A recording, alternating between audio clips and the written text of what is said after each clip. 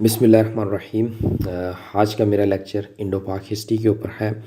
Indo پاک history کی میں نے ایک سیریز شروع کی تھی جس کو میں نے آریان کی آمد سے شروع کیا تھا، اور ریسنٹلی میں نے اس کو اختتام پذیر کیا تھا سلیو ڈائنسٹی کے اوپر۔ سلیو ڈائنسٹی اینڈ ہوئی تھی 1290 کے اندر، 1290 کے اندر۔ اس کے بعد جو ہے وہ خلجی ڈائنسٹی شروع ہوتی ہے، اور اس کے پہلے رولر ہیں جلال الدین فیروز خلجی، اور ان کا ٹینیور ہے 1290 سے 1296 تک۔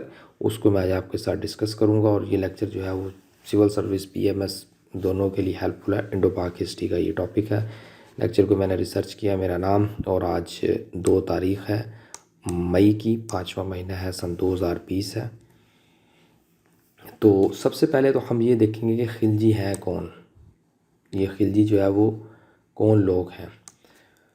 تو ان دونوں لائنوں کو میں ذرا ایکسپلین کرتا ہوں۔ خلجی جو ہے وہ ترک نسل سے ان کا تعلق تھا، اور یہ ہجرت کر کر افغانستان میں سیٹلڈ ہو گئے تھے، اور جس ایریا میں یہ سیٹلڈ ہوئے تھے اس ایریا کو خلج کہتے ہیں، KHALJ، خلج کہتے ہیں۔ اور اس حوالے سے and with this reference they called Khilji.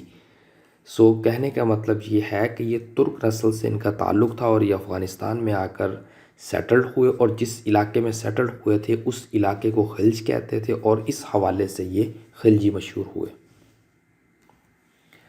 اس کے بعد ہے جی، اب آتے ہیں ہم سلطان جلال الدین فیروز خلجی کے ٹینیور کے اوپر، اور ان کے کیا کارنامے ہیں، کیا کچھ انہوں نے کنٹریبیوشن کیا، اور کیسے انہوں نے جو ہے وہ تخت سنبھالا ہے، اس کو ہم ڈسکس کرتے ہیں۔ تو جس وقت انہوں نے تخت سنبھالا ہے اس وقت ان کی عمر جو ہے وہ 70 سال تھی، 17 ایئرس اولڈس۔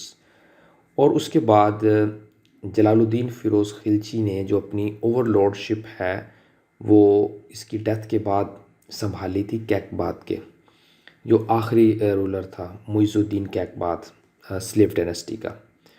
تو اس کے علاوہ پھر دوسرا اس نے آتے ہی کام جو کیا تھا، جو ترک چیف تھے نا، ان کی منوپلی کو اس نے ختم کیا، اور اس کی منوپلی کو ختم کرنے کے بعد سلطان نے جو گورنمنٹ پوسٹ تھی وہ ادر کمیونٹیز کے لیے، جو بڑی بڑی پوسٹیں تھیں، کی پوسٹیں تھیں، وہ دوسری کمیونٹیز کے لیے اوپن کر دی۔ سو اس سے جو ترکوں کی منوپلی تھی وہ ختم ہو گئی۔ اور اس کے بارے میں کہا جاتا ہے کہ یہ ایسا شخص تھا جس نے طاقت سے رول نہیں کیا تھا، بلکہ میوچل انڈرسٹینڈنگ کے ساتھ حکومت کی تھی۔ یعنی کہ اگر کوئی شخص رولر بنتا ہے تو وہ طاقت سے بھی حکمرانی کر سکتا ہے، اور میوچل انڈرسٹینڈنگ سے بھی حکمرانی کر سکتا ہے۔ تاریخ کو پڑھنے کا یہی مقصد ہوتا ہے کہ اگر کسی نے جو ہے وہ فورس کے ساتھ رول کیا تو اس کے کیا نتائج نکلتے ہیں، اگر میوچل انڈرسٹینڈنگ سے رول کیا تو اس کے کیا نتائج نکلتے ہیں۔ اس کے بعد اب ان کی کوالٹیز کی بات کرتے ہیں۔ وہ کائنڈ ہارٹڈ تھے، گڈ مورل پرسن تھے، اور انہوں نے جو خلجی امپائر کو اسٹرانگ فٹ ہولڈ کے اوپر قائم کیا تھا، اور اس کے علاوہ انہوں نے خلجی فیملی کو اور بلبن فیملی کو سپورٹ پرووائڈ کی تھی، فیسلٹیز پرووائڈ کی تھی اس زمانے میں، جنہوں نے 30 سال کے قریب حکومت کی تھی۔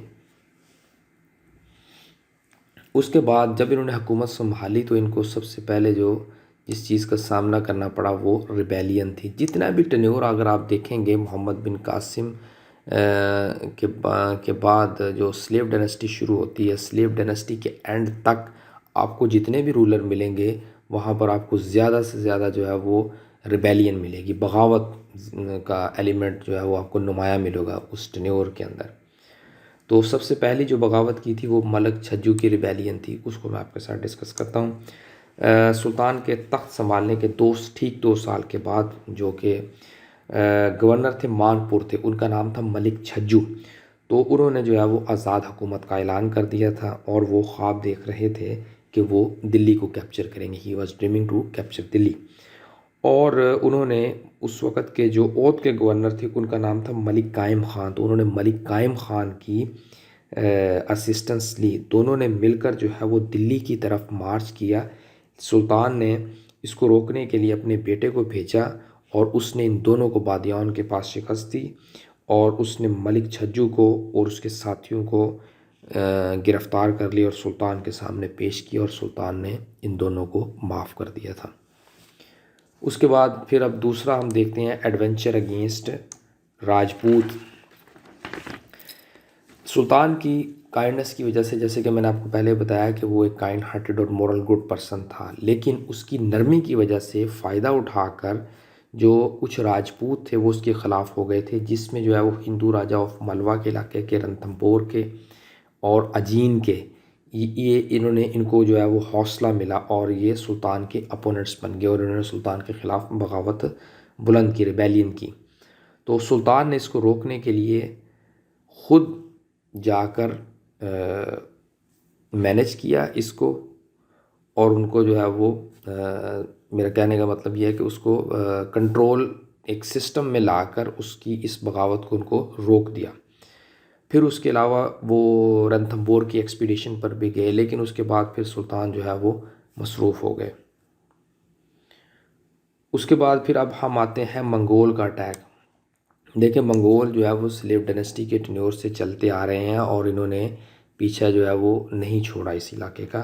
اس میں اب ہم جو اس کے ٹینیور میں ہم دیکھتے ہیں کہ 1292 کے اندر، 1292 کے اندر منگول جو ہے وہ ریٹرن ہوئے، یعنی کہ دوبارہ واپس آئے 1292 کے اندر with an army of at least 1,00,000 people, یعنی کہ 1,00,000 لوگوں کی وہ فوج لائے، منگول لائے۔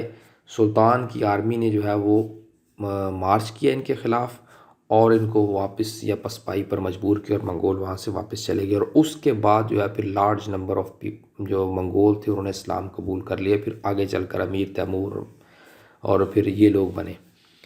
اس کے علاوہ پھر اب ہم دیکھتے ہیں کہ adventure of Alauddin and Sultan murder.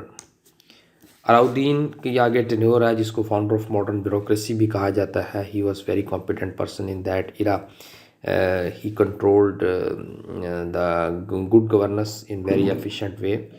سو اب اس کا میں تھوڑا سا آپ کو تعارف کروا دیتا ہوں۔ یہ نیفیو تھا سلطان علاؤدین، جو ہے وہ بھتیجا تھا اور سن ان لا تھا جلال الدین فیروز خلجی کا، اور جو اس نے ایک اہم کام یہ کیا تھا کہ سلطان کی اجازت کے بغیر اس نے مختلف علاقوں میں ریڈ کرنے شروع کر دیے تھے ڈفرینٹ پارٹس آف انڈیا کے اندر۔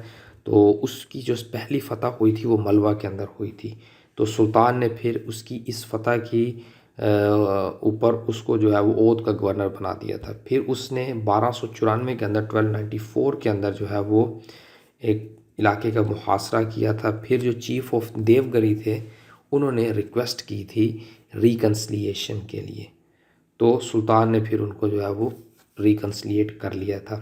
تو پھر وہاں سے سلطان جو ہے وہ مچ ٹریئر لیا، اس نے ایک اس جگہ پر اس نے ریڈ کیا سلطان نے، تو وہاں پر اس نے بہت ساری جو ہے وہ دولت لی، اور اس نے سلطان کو میسج بھیجا، علاؤدین نے ایک جگہ پر ریڈ کیا تو اس نے تو بہت ساری دولت لی، تو اس نے پھر سلطان جلال الدین فیروز خلجی کو میسج بھیجا کہ مجھے جو ہے وہ کارا کے مقام پر ملے۔ تو وہ جب کارا کے مقام پر ملے تھے، لیکن دونوں کے درمیان ڈفرینسز ڈیولپ ہو چکے تھے، تو جب وہ کارا کے مقام پر ملے تو علاؤدین نے اس کو دھوکہ دے کر قتل کر دیا تھا۔